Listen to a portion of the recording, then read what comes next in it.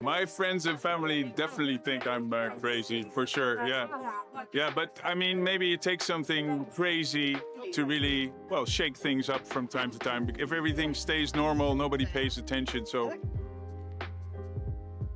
we are here on the Tevere at Mare Vivo, and I'm here to collect bottles from the Tevere, littered bottles, which I will then put into my windsurf board. So the bottles I find today, I will put in my windsurf board, and on that windsurf board, I will windsurf from Nice to Rome, Nizza a Roma.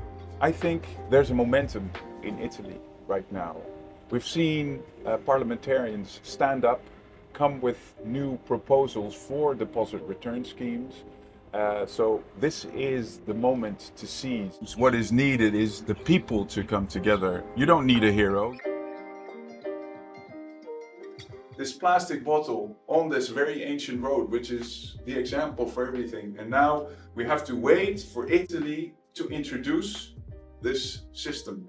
10 years ago, with my wife and our kids, and we went sailing for 5 months. And every day we were collecting. Most of the plastic we actually found was not from Scandinavia, was not from Norway or from Denmark. It was from other countries, from the Netherlands, where I'm from, which is sort of around the corner here. If you see this, like this is Denmark.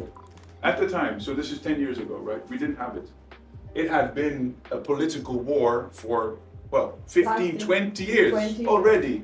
So I thought, I want to have some attention for my petition. And I made a surfboard from plastic bottles while I'm windsurfing from Oslo to London across the North Sea. And I thought I can do that easily. The waves were too high. I got caught in a fishing net with a lot of hassle. I managed to get 55,000 signatures.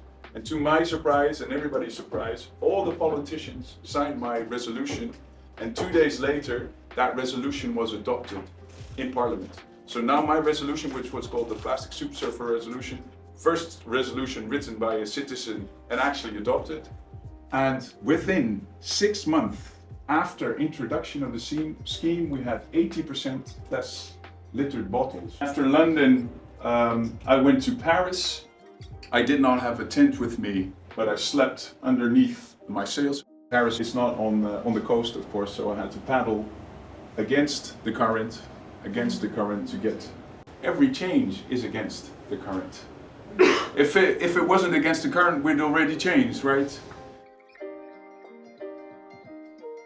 So I windsurfed to London, and I was in my wetsuit in Westminster to hand over a letter to the Minister of Environment. I was in Paris talking to the Mayor of Paris, Anne Hidalgo, well, in my flip-flops next to the Seine. I actually started taking photographs. We have this AI analysis method right now, which analyzes, anything. It's very handy when you talk to policymakers, because now you have real data. In my pantaloncini, and things started moving in France as well. After change has come, we tend to forget what it looked like 5 years ago when we introduced this system.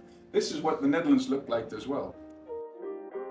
All plastic that goes into the environment breaks up into small pieces and actually are taken up in the food chain. Every bottle that is not collected, so these 15 cents, so say 5% is not collected or 10% is not collected, times, well, billions of bottles and cans not, that money is used to pay for the system. In the Netherlands, we say 60 to 80 million euros is the cost for just keeping that system going. Deposito Cauzionale, it does not cost any taxpayer money. It's not us paying for it, it's the Coca-Colas, it's the supermarkets that pay for this system. So it's not a burden on us, it's a burden on them. And it should be, because it's their responsibility. And we haven't asked for all this litter and all this plastic. So we need this system.